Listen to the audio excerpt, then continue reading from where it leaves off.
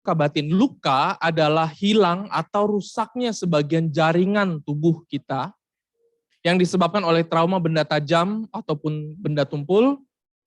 Boleh juga disebabkan oleh perubahan suhu, zat kimia, ledakan, atau sengatan elektrik, atau gigitan hewan.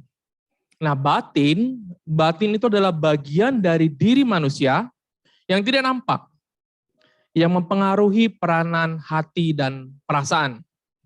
Jadi kalau kita gabungkan pengertian kedua ini, luka batin adalah suatu bagian yang rusak. Suatu bagian yang rusak atau hilang dari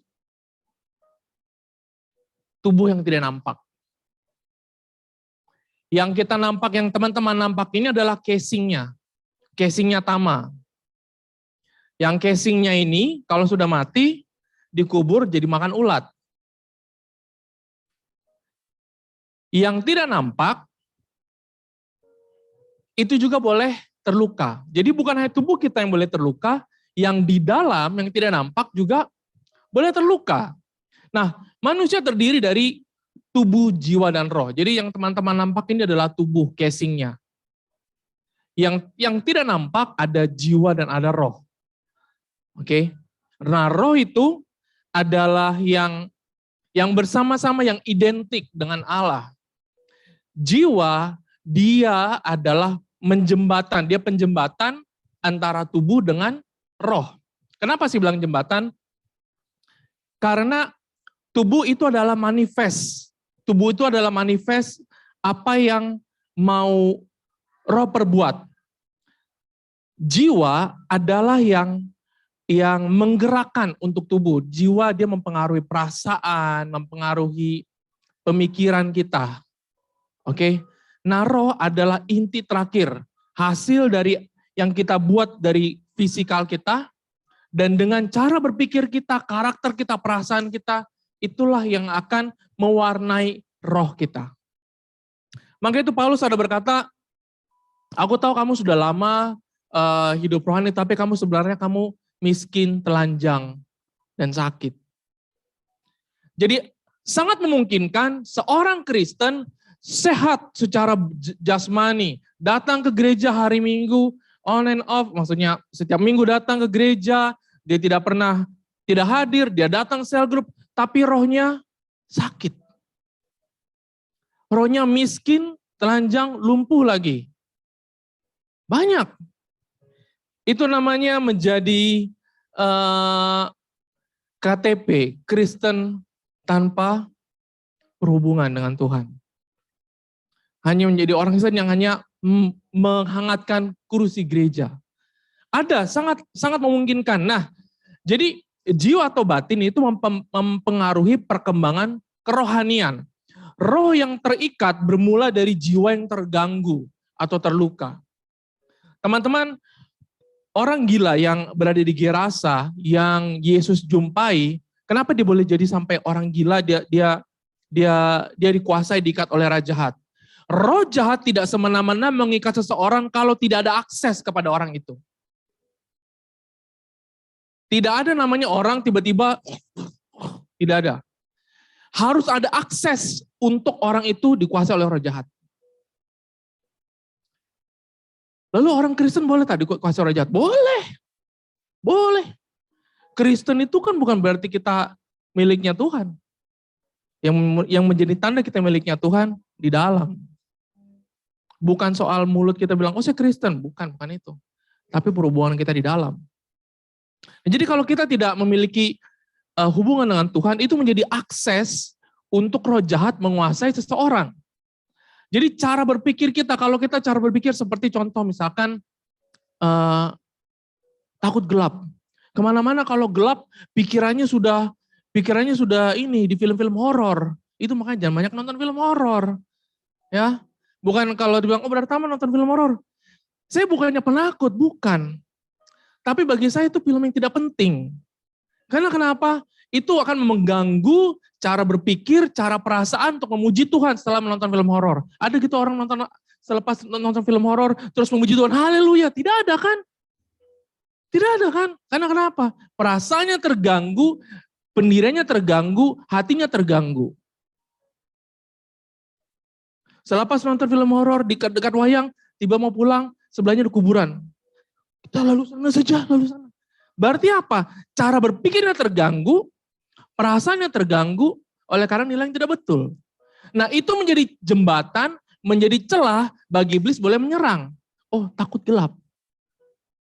Padahal sebenarnya tidak ada apa-apa, kita jadi takut. Nah iblis melihat seperti itu. Sama seperti Hawa, dengar ya, untuk menjatuhkan manusia jatuh dalam dosa, iblis tidak perlu berperang, iblis tidak perlu menyakiti siapa-siapa. Iblis hanya perlu memutarbalikkan perkataan Allah yang diberikan kepada Adam. Kan perkataan Allah itu Allah berikan kepada Adam, Adam berikan kepada Hawa. Saya tidak tahu, Alkitab tidak mencatat apa yang Adam katakan kepada Hawa, tapi iblis berkata kepada si Hawa. Dia putar balikan itu, dia tidak perlu menyakiti Hawa. Untuk memberontak, untuk membuat manusia berontak kepada Allah, tidak perlu dimenyakiti.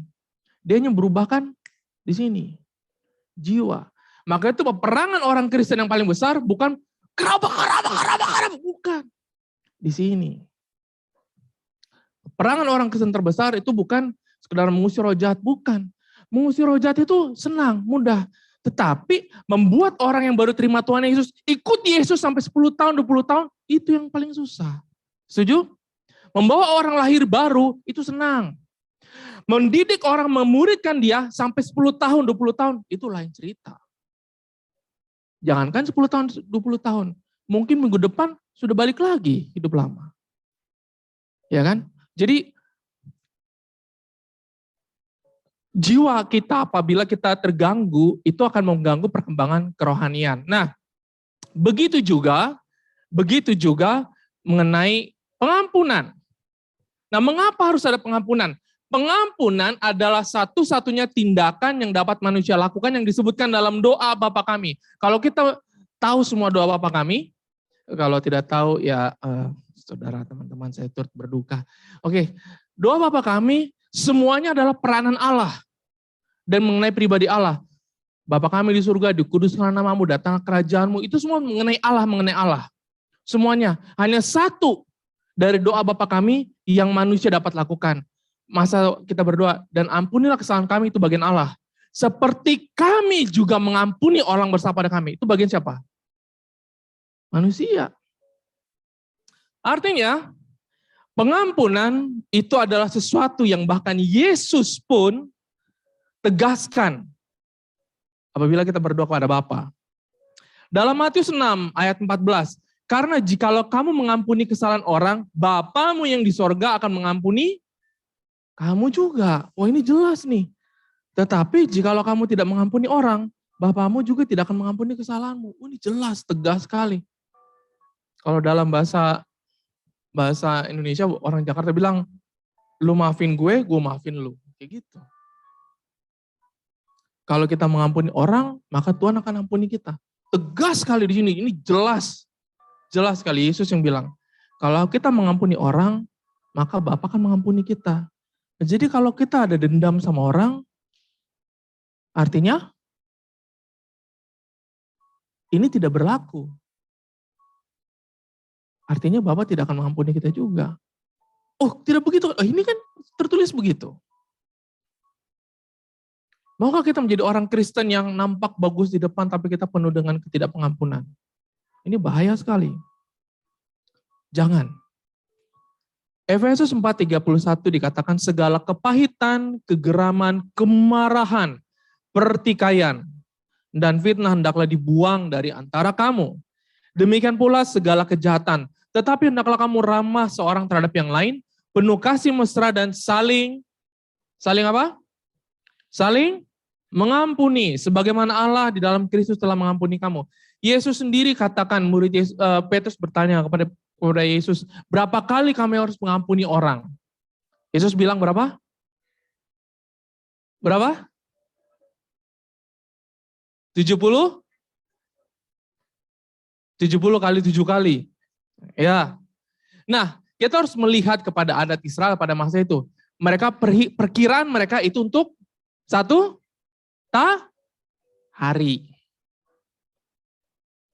Jadi contoh begini. Noel nih. Saya tampar dia. Ampuni. Itu baru 1 coy. 70 kali 7 itu berapa? 490. 1 hari ada 24 jam. Artinya dalam 1 jam paling tidak dia harus maafkan saya 20 kali. Ada yang sanggup kita begitu?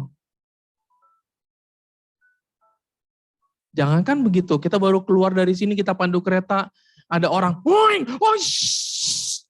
Tuhan ambil saja dia Tuhan begitu. Maksudnya mau bilang ampun ya, tapi ambil saja dia. Tapi Tuhan Yesus bilang, ampunnya 70 kali 7 kali. Artinya Tuhan Yesus mau bilang apa? Pengampunan itu tiada limit. Kalau ada limit, Tuhan Yesus mati di kayu salib, belum dia menghembuskan nafas terakhir, udah cukup. Capek gua. Tapi pengampunan itu tiada limit. Karena begitu tiada limit, sampai anak Allah harus mengambil rupa seorang manusia yang dibatasi oleh daging seperti ini. Mengambil rupa seorang manusia, memikul segala dosa kita, mati di kayu salib. Jadi pengampunan tiada limit. Jadi kalau kita membatasi pengampunan, hari ini kita harus bertobat. Tidak mengampuni akan membawa kita yang pertama kepada hidup lama.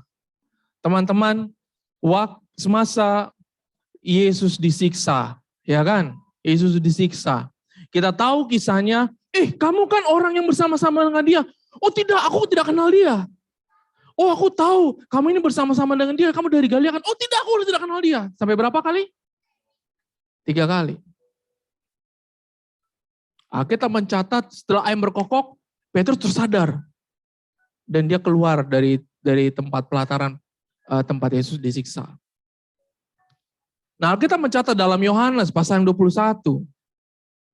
Yesus menampakkan dirinya kepada murid-muridnya. Dan satu kali Yesus menampakkan dirinya dan bertemu dengan murid-muridnya di mana?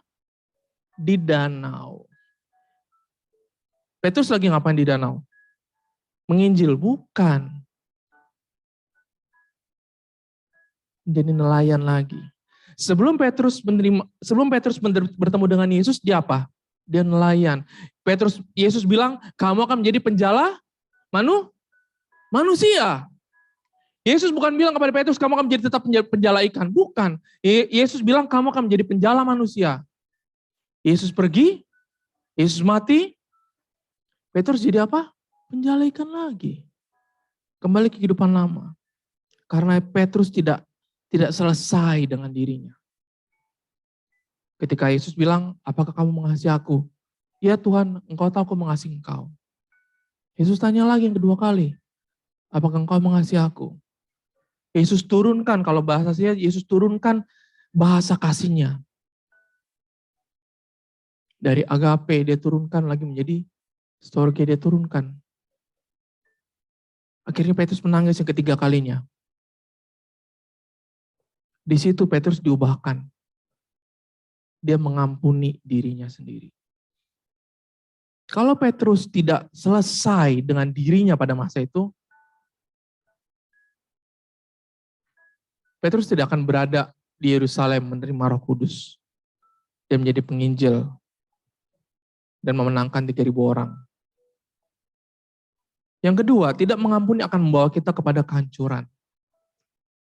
Amnon mempunyai seorang adik yang bernama Tamar. Ya mirip-mirip lah dengan saya, Tamar, gitulah ya. Mereka ini adalah anak Daud.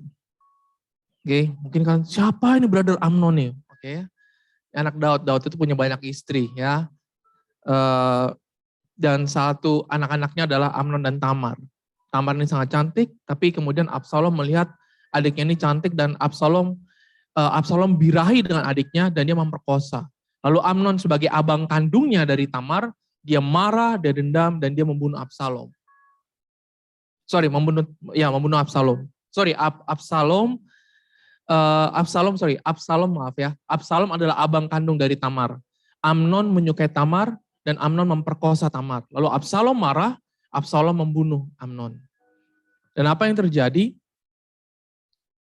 Absalom menjadi seorang yang pemberontak. Walaupun Daud sudah memaafkan Absalom, dia bilang, kembalilah anakku. Tapi Absalom di kemudian hari dia memberontak kepada bapaknya sendiri. Dendam yang tidak pernah dibereskan, yang tidak pernah diselesaikan dengan pengampunan akan bawa kepada kehancuran. Ini dari sebagian kisah di Alkitab. Dalam kehidupan kita pribadi, orang-orang yang hidupnya dikuasai oleh dendam tidak akan dapat menyelesaikan apa yang Tuhan mau dalam kehidupannya. Sebaliknya, ini tidak mengampuni ya. Sebaliknya, kalau kita juga tidak mendapatkan pengampunan, itu akan bawa kita kepada hidup dalam pelarian, ketakutan. Yakub lari dari Esau selepas dia menipu Esau hanya dengan sepinggan bubur kacang merah. Esau menjual hak kesulungannya. Dan selepas Yakub mendapatkannya, Yakub lari bertahun-tahun lamanya. Kita tahu dia ada di tempat Laban dan dia di sana berkawin, memiliki istri dan anak-anak sampai dia begitu sukses. Artinya apa? Itu sudah sampai berpuluh tahun. Dan apabila dia tahu Esau sedang berjalan menemui dia, Yakub ketakutan. Ketakutan karena apa? Dia tidak selesai di sini. Dia tahu dia ada hutang maaf. Ya ada utang pengampunan, dia takut. Bahkan dia sampai suruh orang untuk datang mendahului dia. Dan Alkitab katakan, Yakub berjalan beberapa meter, dia berlutut. Jalan lagi berlutut, itu tanda dia sangat ketakutan. Sangat ketakutan sekali. Sampai akhirnya Esau berjumpa dengan Yakub dan diselesaikan di situ. Barulah Yakub memperoleh kedamaian dalam hatinya. Kalau kita juga tidak mendapatkan pengampunan, itu akan membawa kita kepada beban, rasa bersalah, dan penderitaan. Ya perumpamaan tentang anak yang hilang. Anak ini, kita tahu semua ceritanya. Anak ini, dia pergi meminta uang, meminta bagian dari warisan dia, dari bapaknya. Dia pergi menghabiskan seluruh uangnya, dan kemudian dia melarat, dia jatuh miskin. Dan kemudian dia bekerja bahkan dia hanya makan makanan babi. Seperti itu.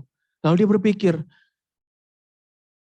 orang-orang upahan bapakku aja makan lebih baik daripada saya sekarang. Oke lah, aku pulang sajalah, aku akan bekerja pada bapakku, apa yang bapakku akan kasih makan ke aku terima saja. Itu beban kepada dia. Karena dia tidak mendapatkan pengampunan, ternyata dia pulang, bapaknya mengampuni dia. Bahkan kita tahu ceritanya, bapaknya memberikan cincin yang baru pada dia, memberikan jubah yang baru pada dia, bahkan mengadakan pesta untuk menyambut kedatangannya. Satu sisi kita perlu mengampuni, satu sisi juga apabila kita dapat melakukan kesalahan, kita juga perlu mendapatkan pengampunan. Bagaimana saya tahu saya harus mengampuni? Yang pertama kita rendahkan diri kita. Dan minta penyataan dari Allah melalui Roh Kudus. 1 Korintus 2:10 katakan karena kepada kita Allah telah menyatakannya oleh Roh. Sebab Roh menyelidiki segala sesuatu, bahkan hal-hal yang tersembunyi dalam diri Allah. Siapa gerangan di antara manusia yang tahu apa yang terdapat di dalam diri manusia selain roh manusia sendiri yang ada di dalam dia. Demikian pula lah tidak ada orang yang tahu apa yang terdapat di dalam diri Allah selain roh Allah.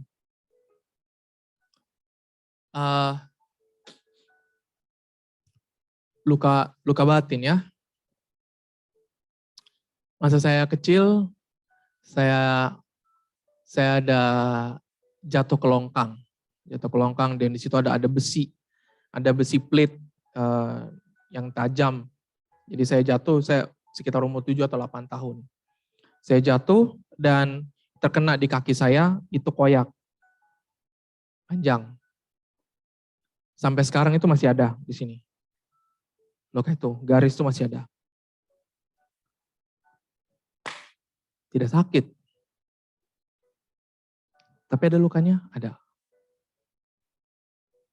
Karena saya tidak pernah dibawa, masa itu tidak pernah dibawa ke klinik atau ke hospital untuk merawat. Jadi biarkan sembuh sendiri. Saya tidak tahu loh kenapa saya sudah lupa. Kenapa gitu. Ada bekas lukanya, tapi tidak sakit, tapi ada. Luka batin pun sama. Luka dalam nih. Tapi kita tidak terasa lagi karena kita sudah ignore, sudah anggap lalu. Tetapi satu momen tertentu itu boleh memicu. Misalkan kita bertemu orangnya, muka kita langsung panjang seperti kuda. Apa saja yang orang itu cakap, masuk telinga kanan, bukan keluar telinga kiri, masuk telinga kanan, keluar lagi dari kanan. Tidak sempat masuk pun. Atau ada satu event, ada satu kejadian, terulang lagi, kita mengingat lagi apa yang sudah dulu pernah terjadi. Kita terus, ada apa sih ini? Kenapa sih di sini? Tiba-tiba meledak. Atau mungkin juga karena perhubungan dengan rekan kerja atau dengan kawan, kita jumpa dengan orangnya,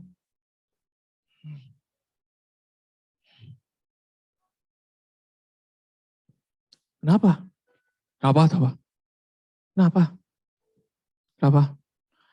Itu kita bincang-bincang dengan dia. Kok saja. Ini tidak beres.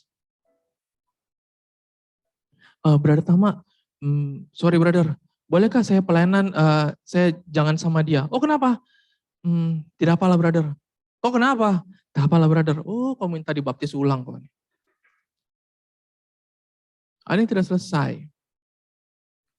Lawan dari tidak mengampuni adalah mudah geram atau dengki, tidak panjang sabar.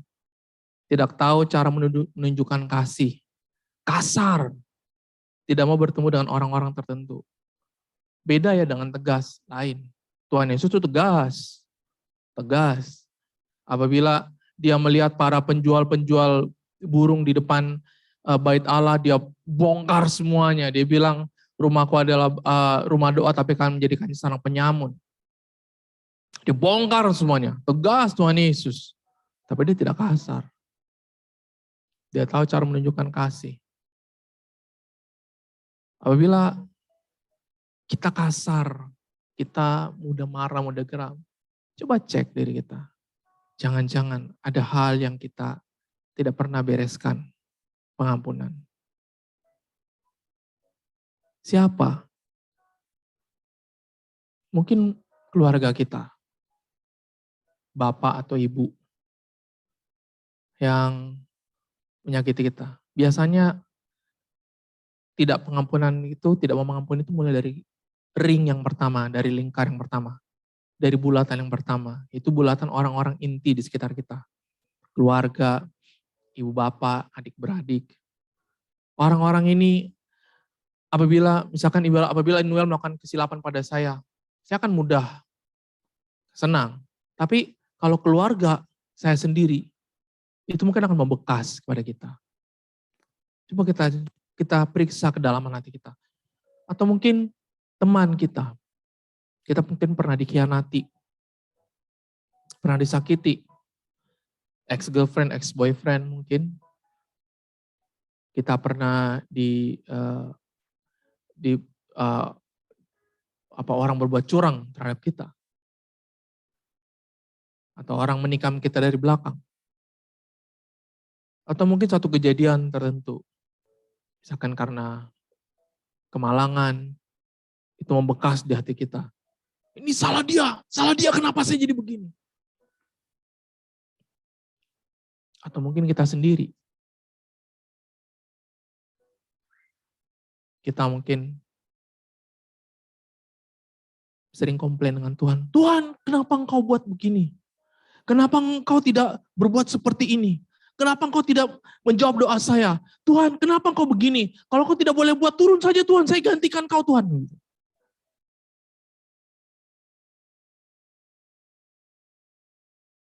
Mungkin dari diri kita sendiri. Jelas firman Tuhan bilang, ampuni orang. Kalau kita tidak mengampuni, maka Bapa kita di surga juga tidak akan mengampuni. Pengampunan adalah satu-satunya tindakan profetik yang manusia dapat buat yang ada disebutkan di doa Bapa kami. Artinya apa? Menandakan keseriusan mengenai mengampuni. Kalau kamu ibu bapak dan kamu masih ada geram, masih ada dengki, amarah, ada pengampunan yang kamu tidak pernah selesaikan, mungkin dengan ibu bapak kamu di atas kamu, akan ada kemungkinan sangat besar sekali itu akan terulang kepada keturunan kamu. Karena orang yang tidak dapat mengampuni, orang itu tidak dapat menunjukkan kasih dengan murni.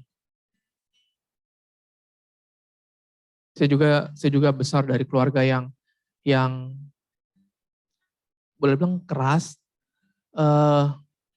susah bagi ibu bapak saya menunjukkan, terutama bapak saya, menunjukkan kasih kepada saya. Tapi saya sering berjalan waktu, saya selalu maafkan. Dan sekitar umur 16 tahun, 17 tahun, saya terima Tuhan Yesus. Dan saya ikut Tuhan sungguh-sungguh. Namun berbeda cerita dengan satu adik saya. Saya 6 orang adik-beradik, kami semua laki-laki, saya anak pertama. Dan anak keempat ini, dia ini lain lah, dia suka lakukan hal-hal yang ibu bapak saya tidak suka. Dan sering memberontak, sehingga akhirnya suatu kali, bapak saya bilang seperti ini, 6 orang kalian, 1 orang tidak jadi manusia pun tidak apa. Itu kasar. Ya, saya orang Batak, dia bicara dalam bahasa Batak, itu sangat kasar sekali. Terjemahannya begitulah, 6 orang kalian, 1 orang tidak jadi manusia. Berarti artinya apa tidak jadi manusia? Maaf ya, artinya jadi kotoran pun bapak saya tidak peduli. Itu artinya apa? Penolakan. Dan itu tersimpan dalam hati adik saya, dan itu jadi kepahitan. Suatu kali Tuhan berikan hikmat pada saya untuk layani adik kamu. Jadi singkat cerita, saya layani dia, dan dari situ dia menangis. Saya bilang dengan dia, abang tidak mau ambil tugas bapak. Abang hanya mau tolong kamu untuk lepaskan pengampunan. Tapi kamu lakukan bagian kamu. Ya bang, apa yang aku harus lakukan? Kau minta maaf sama bapak. Nanti terlepas bapak maafin atau tidak, itu bukan urusanmu. Tapi kau lakukan bagianmu. Pengampunan bukan hanya sekedar kita didoakan, ya Tuhan saya mengampuni, Tuhan saya mengampuni orang ini. Lakukan bagian profetik yang kedua. Selepas nanti teman-teman didoakan, siapapun kamu, datangi orang yang kamu pernah bersalah kepadanya. Minta maaf dengan dia. Mungkin itu ibu bapak kamu, adik-beradik kamu, kawan kamu. Kalau dia bilang, apa kau buat nih? Lakukan saja bagianmu. Selebihnya itu urusan Tuhan. Karena yang terutama adalah kita melepaskan pengampunan. Suatu kali ada seorang dari jemaat kita di sini, di Misi Bahasa, dia bilang, brother boleh jumpa kah? Oke, boleh. Jadi singkat cerita dia konseling. Kemudian cerita dan dia ada masalah dengan bapaknya. Dan saya bilang ini, oke, ini yang kamu harus buat. Kamu telepon bapak kamu,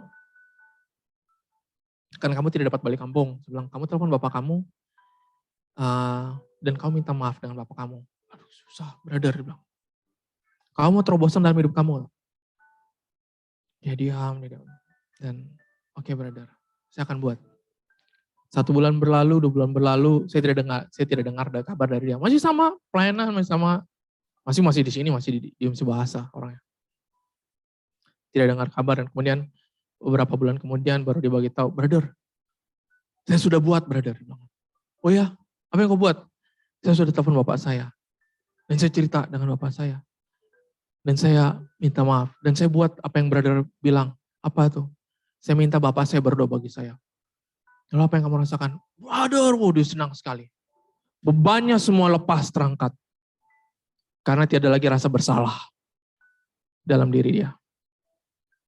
Nah, apa yang menjadi beban dalam hatimu?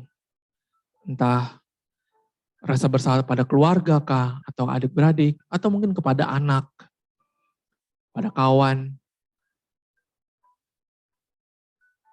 Mata Tuhan menyelidiki setiap hati dan pikiran. Kalau kamu tanya pada Tuhan, dia akan singkapkan kepada kamu. Nah, saya ingin teman-teman lakukan hal ini. Bolehkah kertasnya dibagikan dari belakang? Saya ingin nanti teman-teman, karena mungkin ini akan sensitif bagi kamu boleh ambil masa masing-masing. Mungkin di meja kah atau di corner, kamu boleh ambil masa masing-masing sendiri. Kamu tulis nama orang yang kamu harus lepaskan pengampunan. Mungkin kamu punya dendam pada ibu bapak kamu tulis namanya. Itu sama di kertas itu. Dan sebelum kamu berdoa, kalau kamu bingung apa yang mau aku tulis, kalau tidak ada tidak apa. Ini terpulang semua kepada teman-teman masing-masing. Kamu selidiki hati kamu. Kalau memang ada, kamu tulis di situ. Tulis nama itu di situ. Dan nanti kita akan doakan. Oke? Oke?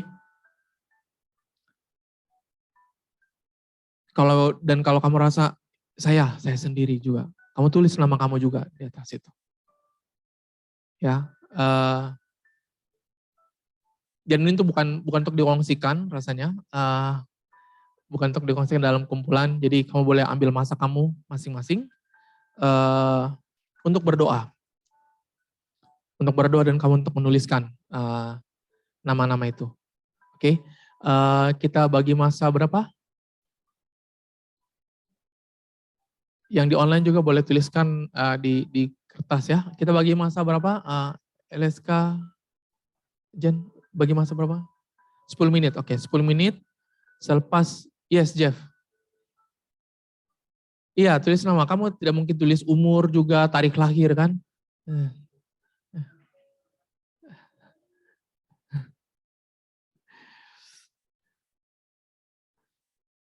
Oke, tulis nama dan kalau boleh tulis di samping nama itu, apa hubungan kamu dengan orang itu? Kawan kah, anak kah, ibu bapak kah, siapa? Ya.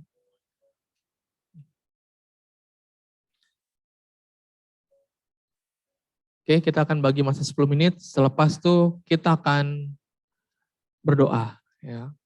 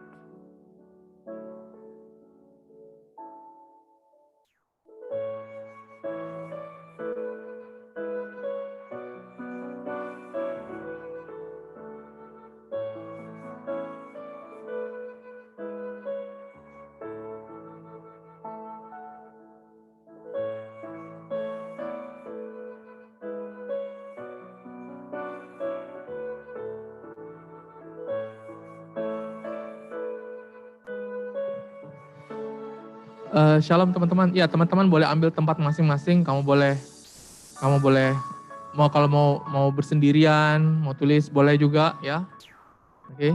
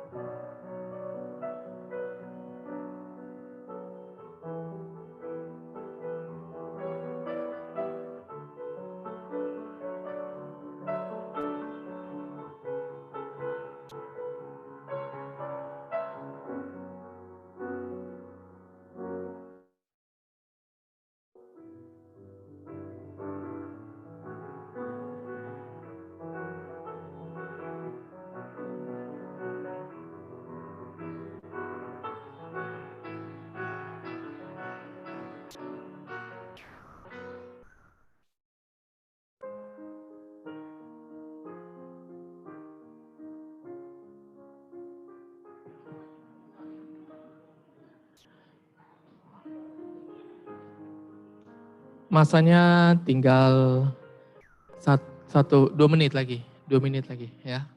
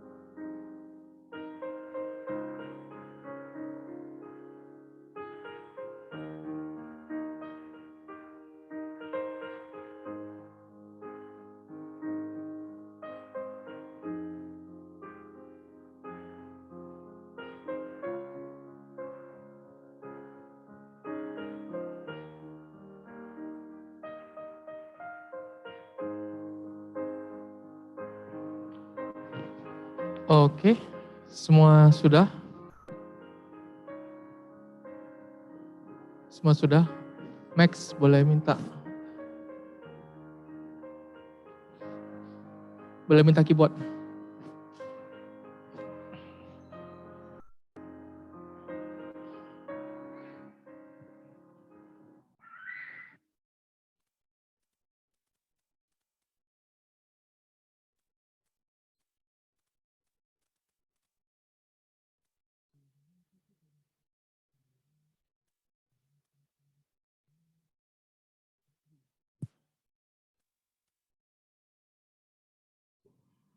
Oke. Oke, so kita akan berdoa untuk tadi pelajaran ke-9 dan pelajaran ke-10 ya. Kita berdoa.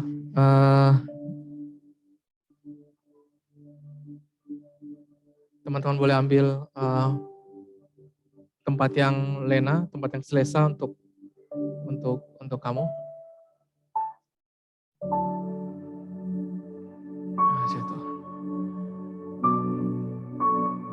Bapa, Engkau yang menyelidiki segala hati dan pikiran kami ya Tuhan. Engkau yang tahu kedalaman hati kami ya Tuhan. Berbicara kepada setiap kami Bapa, kami adalah bait-Mu Tuhan. Engkau adalah khalik kami adalah ciptaan-Mu ya Tuhan. Kami adalah buatan tangan-Mu ya Bapa. Jadilah kepada kami seperti yang Engkau ingin ya Tuhan. Ubah hatiku seputih hati-Mu, setulus salib-Mu, kasih-Mu Tuhan. Biar mataku seperti mata-Mu, pancarkan kasih-Mu. Ku mau jadi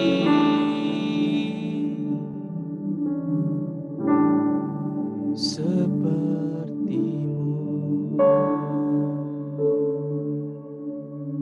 Tuhan, Kau yang hadir di sini ya Tuhan. Teman-teman, saya mau mengajak kita berdoa bersama-sama.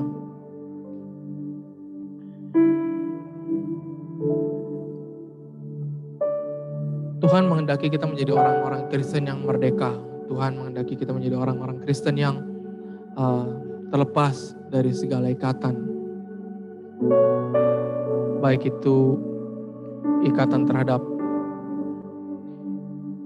percabulan, pornografi, pada rokok, pada kemarahan. Keterikatan itu berbicara mengenai suatu dosa yang kerap kali kita lakukan, yang selalu kita lakukan. Kita merasa bersalah apabila kita melakukannya, tapi itu terulang lagi dan terulang lagi dan terulang lagi dan terulang lagi. Kebiasaan berbohong. Saat ini kalau ada di antara teman-teman yang itu saya Tuhan, saya mau dilepaskan ya Tuhan. Dengan rendah hati. Dengan rendah hati.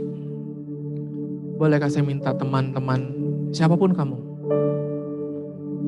Kalau kamu rasa saya ada keterikatan, saya mau dilepaskan, saya mau merdeka.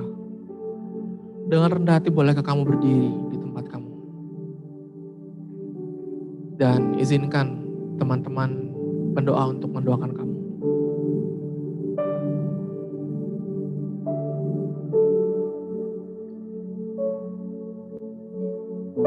Ada lagi? Kiraba syakaradaba taranama syakaradaba. Koradaba tanama syakaradaba. Ya, teman-teman pendoa boleh ambil tempat untuk mendoakan. Dan juga mentor boleh juga membantu untuk mendoakan. Ada lagi? Siapapun kamu. Kalau ada keterikatan dalam diri kamu dan kamu mau merdeka, ini masanya.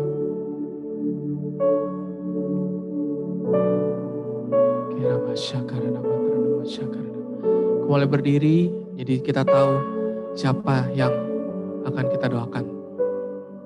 Mentor di sebelah kanan, sebelah kiri, tim pendoa boleh mendatangi orangnya dan silakan berdoa.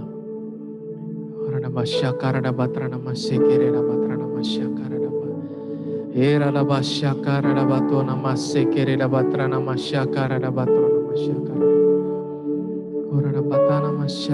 bayana masyakarada ba. Hurana basikirada batrana masyakarada ba. Tona masyakarada batrana masyakarada batrana. Ora basyakarada batrana masyakarada ba. Korada batana masyakarada ba. Yo ora basyakarada batora basyakarada ba.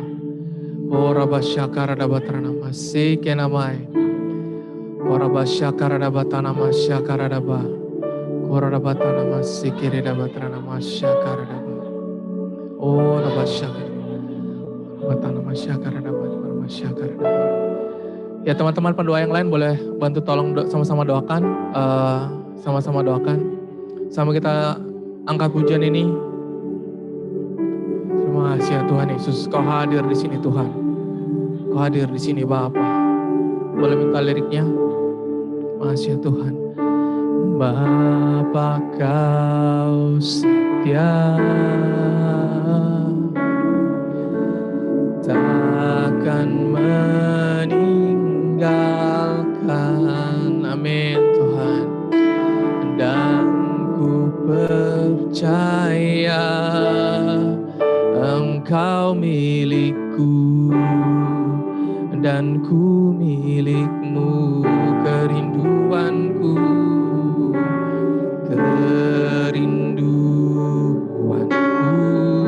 tinggikan namamu, tinggikan namamu, karena ku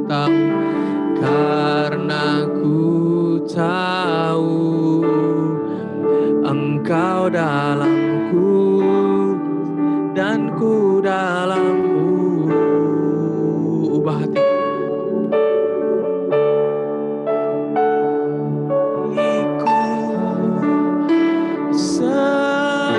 seputih hatimu, setulus salibmu, kasihmu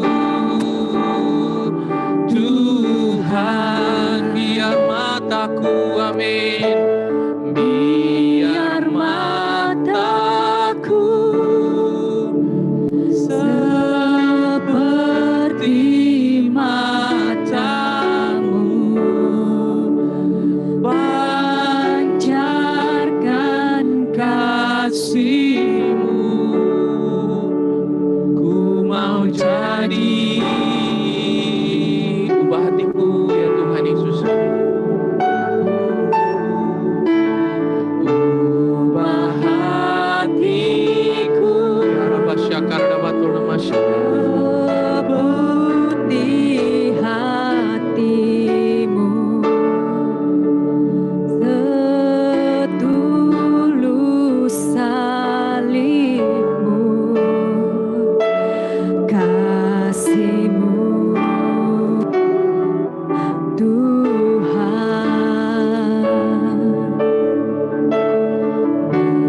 Biar mataku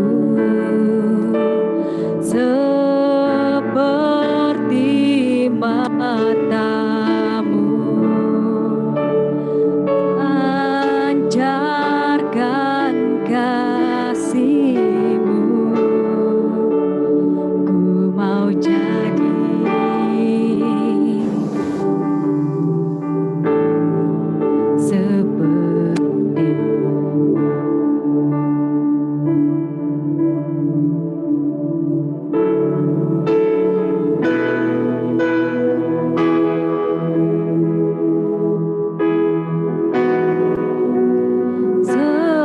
seperti hatimu, setulus salibmu, kasihmu Tuhan.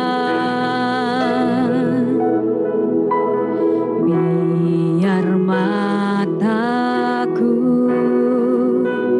seperti matamu, terpancarkan kasihmu. Ku mau jadi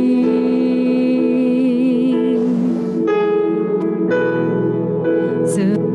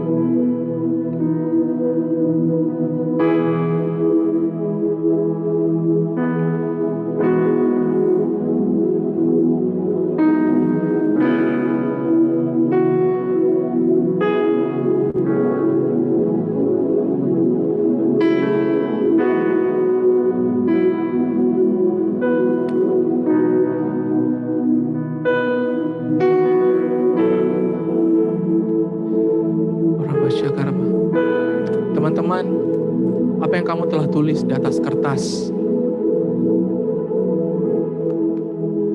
yang telah kamu tulis di atas kertas. Kamu boleh berdiri, kamu boleh duduk. Kamu buka kertas itu dan kita akan berdoa.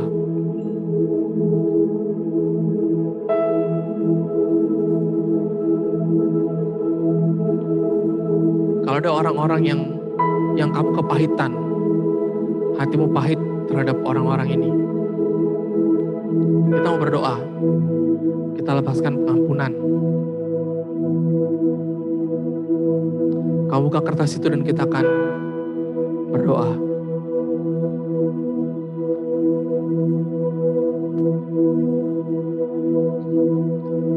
Teman-teman, bolehkah sama-sama kita mengucapkan doa yang saya ucapkan? Katakan, Tuhan Yesus, Bapa di surga, dikuduskan namamu Tuhan. Datanglah kerajaanmu. Jadilah kehendak-Mu Tuhan. Di surga dan di bumi ini Tuhan. Dan juga atas hidupku. Aku tahu Engkau adalah Allah yang memiliki rancangan-rancangan atas hari depan, atas masa depanku, untuk memberikan hari depan yang penuh harapan. Tuhan, aku minta ampun apabila aku mengeraskan hati, menyimpan kepahitan dalam hatiku. Pada petang ini ya Tuhan, aku mau melepaskan pengampunan. Aku mau mengikuti teladan-Mu ya Yesus. Mengampuni kesalahan orang lain. Tuhan, aku mau mengampuni Tuhan. Teman-teman, buka kertas kamu dan kamu baca nama-nama mereka. Dan katakan, Tuhan, aku mengampuni. Sebutkan satu persatu. Sebutkan satu persatu. Katakan, aku mengampuni dan apa yang dia lakukan. Kalau misalkan bapak saya pernah memukul saya, mengusir saya dari rumah, katakan, Tuhan, aku mengampuni bapak saya karena dulu dia pernah mengusir saya. Aku mengampuni dia dengan sepenuh hatiku. Dan selepas itu, selepas kau mengampuni nama setiap orang, kamu berdoa memberkati mereka. Berkati mereka. Mari saat ini ambil kesempatan ini. Sebutkan nama mereka satu persatu dalam doamu. Ampuni mereka dan berkati mereka. Mari tim berdoa, boleh tolong bantu. Ku yakin Kau hadir di sini. Ambil masa ini kamu untuk berdoa. Ku rasakan kuasa yang tak terbatas. Ku yakin Kau nyata di sini. Ampuni mereka dan berkati mereka. Kemenangan terjadi di sini. Ku yakin Kau hadir di sini. Ku rasakan kuasa yang tak terbatas. Ku yakin Kau nyata di sini. Kemenangan terjadi di sini. Ku yakin Kau hadir di sini. Ku rasakan kuasa yang tak terbatas. Ku yakin Kau nyata di sini. Kemenangan terjadi di sini. Ku hadir di sini. Ku rasakan kuasa yang tak terbatas. Ku yakin Kau nyata di sini. Seperti firman-Mu katakan, Tuhan Yesus, Kemenangan dan ampunilah kesalahan kami seperti kami juga terjadi bersalah di kepada kami. sini. Ku yakin Kau hadir di sini. Ku rasakan kuasa yang tak terbatas. Ku yakin Kau Bagi kamu yang nyata sudah- di sini. Yang kamu sudah selesaikan, kamu sudah berdoakan tentang salah satu pelepasan pengampunan. Terjadi di Boleh saya minta sini. teman-teman yang sudah boleh berdiri dan kita sama-sama kita muji Tuhan. Terjadi di sini. Kesembuhan terjadi di sini. Ku yakin Kau hadir di sini. Ku rasakan kuasa yang tak terbatas. Ku yakin Kau nyata di sini. Kemenangan terjadi di sini. Ku yakin Kau hadir di sini. Ku rasakan kuasa yang tak terbatas. Ku yakin Kau nyata di sini. Kemenangan terjadi di sini. Ku yakin Kau hadir di Sambil lagi sini. dinyanyikan, teman-teman boleh ambil berpasang-pasangan. Ku Satu orang, laki-laki dengan laki-laki, perempuan dengan perempuan. kuasa yang satu-satu. tak Dan saling doakan. terbatas. Saling doakan. Tanya apa yang kamu mau untuk saya doakan saat ini Kau bagi kamu. nyata Ya, di yuk, ambil pasangan satu-satu. sini. Laki-laki dengan laki-laki, perempuan dengan perempuan. Kemenangan Oke. terjadi Tanya apa yang boleh saya doakan untuk kamu. Tim doa juga, teman-teman yang lain boleh juga bergabung dengan yang lain. Terjadi di sini.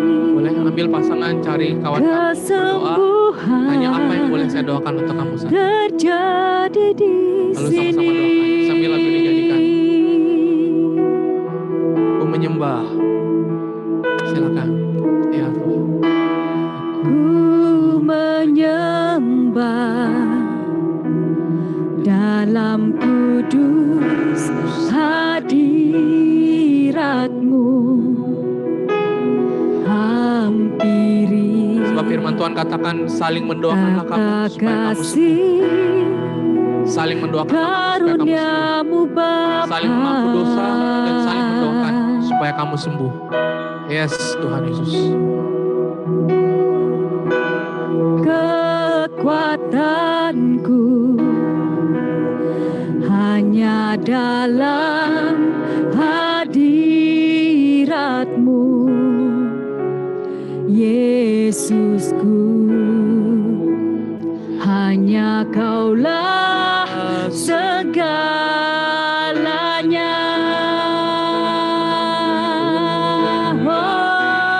Oh, ku yakin Kau hadir di sini. Ku rasakan kuasa yang tak terbatas. Ku yakin Kau nyata di sini.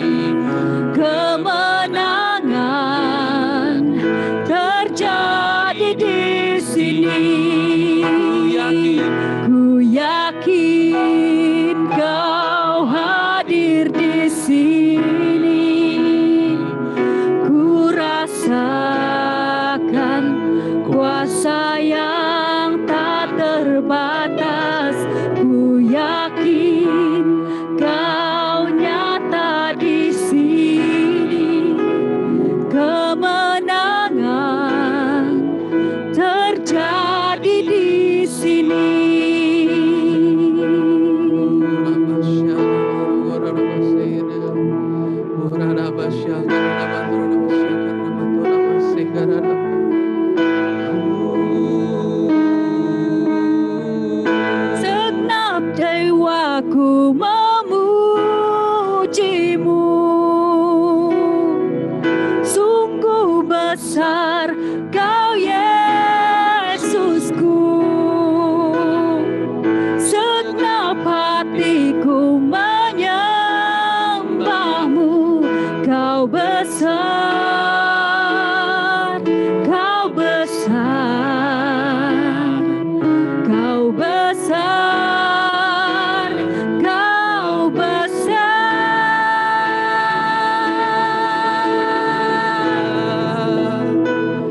Ku yakin Kau hadir di sini. Yes Tuhan. Ku rasakan kuasa yang tak terbatas. Ku yakin Kau nyata di sini. Kemenangan terjadi di sini.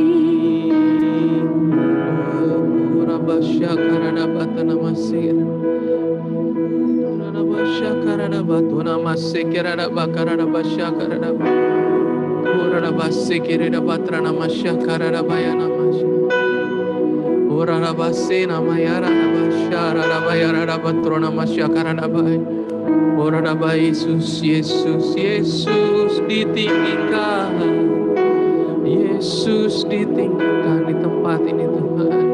Ora basyakara batrana masyakara batuna masena mayara ba. Ora ba. Bagi Tuhan tak ada yang mustahil. Bagi Tuhan tak ada yang tak mungkin. Mujizatnya disediakan bagiku. Ku diangkat dan dipulihkan bagi Tuhan. Tak ada yang mustahil. Bagi Tuhan tak ada yang tak mungkin. Mujizatnya disediakan bagiku. Ku diangkat dan dipulihkan bagi Tuhan. Bagi Tuhan tak ada yang mustahil. Bagi Tuhan tak ada yang tak mungkin.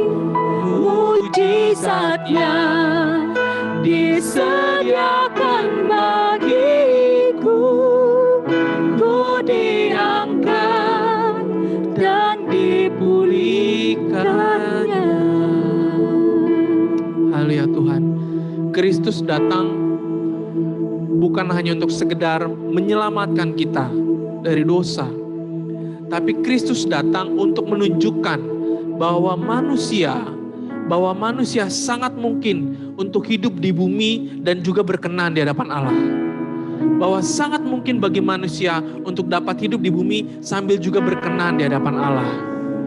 Mari kita menjadi orang-orang Kristen yang bukan hanya merdeka, bukan hanya tujuan kita kepada surga, bukan. Tapi kita menjadi orang Kristen yang juga berkenan di hadapan Allah.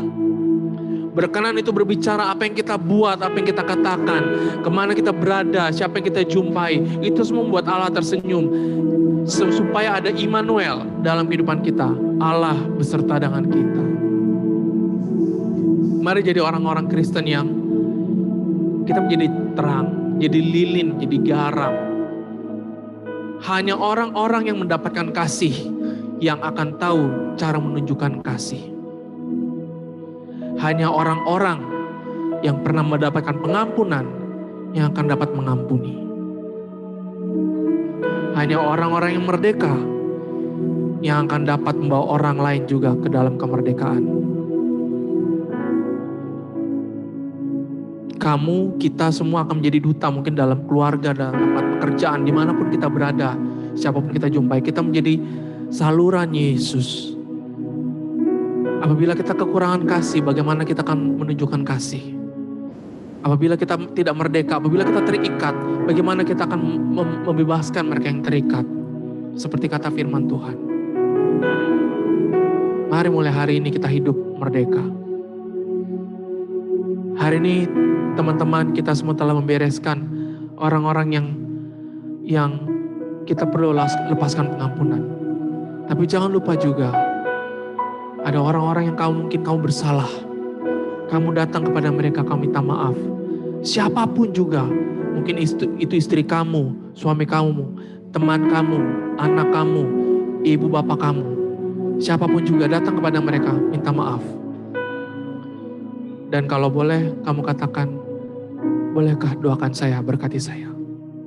Setelah kamu menerima maaf dari mereka, berdoa memberkati mereka. Dan kepada orang yang kamu ada kepahitan, datang juga kepada mereka. Dan katakan, bolehkah saya berdoa untuk kamu? Berdoa memberkati mereka. Kamu telah berdoa di sini tadi memberkati mereka. Tapi juga datang kepada mereka secara langsung. Berdoa memberkati mereka. Supaya dengan demikian, ada damai sejahtera Tuhan turun ke atas kamu dan orang itu. Amin. Ya Tuhan, kami mau untuk menjadi pelaku firman-Mu, bukan hanya mendengar, tapi kami melakukan juga dalam kehidupan kami. Terima kasih Tuhan Yesus Kristus. Masa kami terhad, tapi Roh Kudus tidak pernah terhad dalam kehidupan kami. Kami menyerahkan masa kami selanjutnya Tuhan, kepadamu, dalam nama Bapa, Putra, Yesus Kristus, dan dalam nama Roh Kudus kami berdoa. Amin. Amin. Tuhan memberkati. Sila duduk kembali.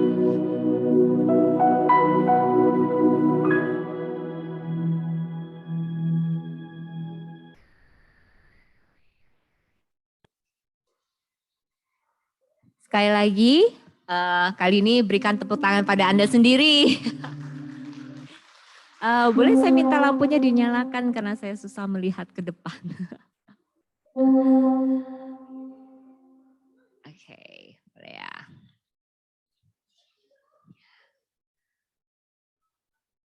Oke, terima kasih. Dan saya ada pengumuman terakhir. Jadi ini memang benar kelas terakhir. Nah, nanti kita akan 2 minggu ke depan kita akan ada graduation, tepatnya pada tarik 10 Julai. Oke. Pukul berapa ya? Maaf. Pukul 1. Ya, oke, pukul 1 di ruangan ini. Saya sangat mendorong kita semua boleh datang ke tempat ini secara fisikal ya. Jadi untuk yang dalam talian online ya, kalau Anda boleh datang ke DMC Bahasa, kami akan sangat mengalokan kalian. Dan juga kalau ada yang datang mau menggunakan pakaian cantik juga silakan gitu, atau yang pakaian yang ganteng gitu, yang handsome macam itu juga boleh. Anda dipersilakan datang, tapi yang penting rapi lah ya. Oke, jadi nanti kalau ada sesi foto-foto, Anda akan kelihatan sangat indah di mata Tuhan juga. Oke, itu saja pengumuman saya yang terakhir. Dan untuk 2 minggu ke depan, kalau ada mentor dengan menti yang masih belum boleh catch up dengan pelajaran-pelajarannya, Anda boleh melakukan juga sesi one-on-one dengan mereka ya. Oke, itu saja pengumuman saya. Mari kita tutup dengan doa sebelum kita beristirahat. Oke, ya. Ya Bapak, kami sungguh mengucap syukur Tuhan atas kasih dan berkat Engkau Tuhan. Tuhan, kami memilih untuk tinggal dalam kasih dan damai Tuhan. Dan terima kasih untuk pemulihan dalam hati kami, dalam perubahan yang Kau buat dalam pikiran kami Tuhan. Tuhan, hati kami dibuat baru pada saat ini. Dan kami serahkan hidup kami sepenuhnya hanya ke dalam tangan-Mu Tuhan. Jadilah itu indah sesuai dengan kehendak Engkau. Pada saat ini Tuhan, kami menutup pelajaran terakhir ini dengan ucapan yang syukur dalam hati kami Tuhan. Sebentar lagi kami akan pulang ke rumah Tuhan. Engkau jaga dan Engkau lindungi sampai kami tiba di rumah Tuhan. Terima kasih ya Bapa. Sekali lagi kami mengucapkan syukur sedalam-dalamnya untuk Engkau. Terima kasih Yesus, dalam nama Yesus. Amin. Terima kasih, sampai jumpa lagi di 2 minggu yang akan datang.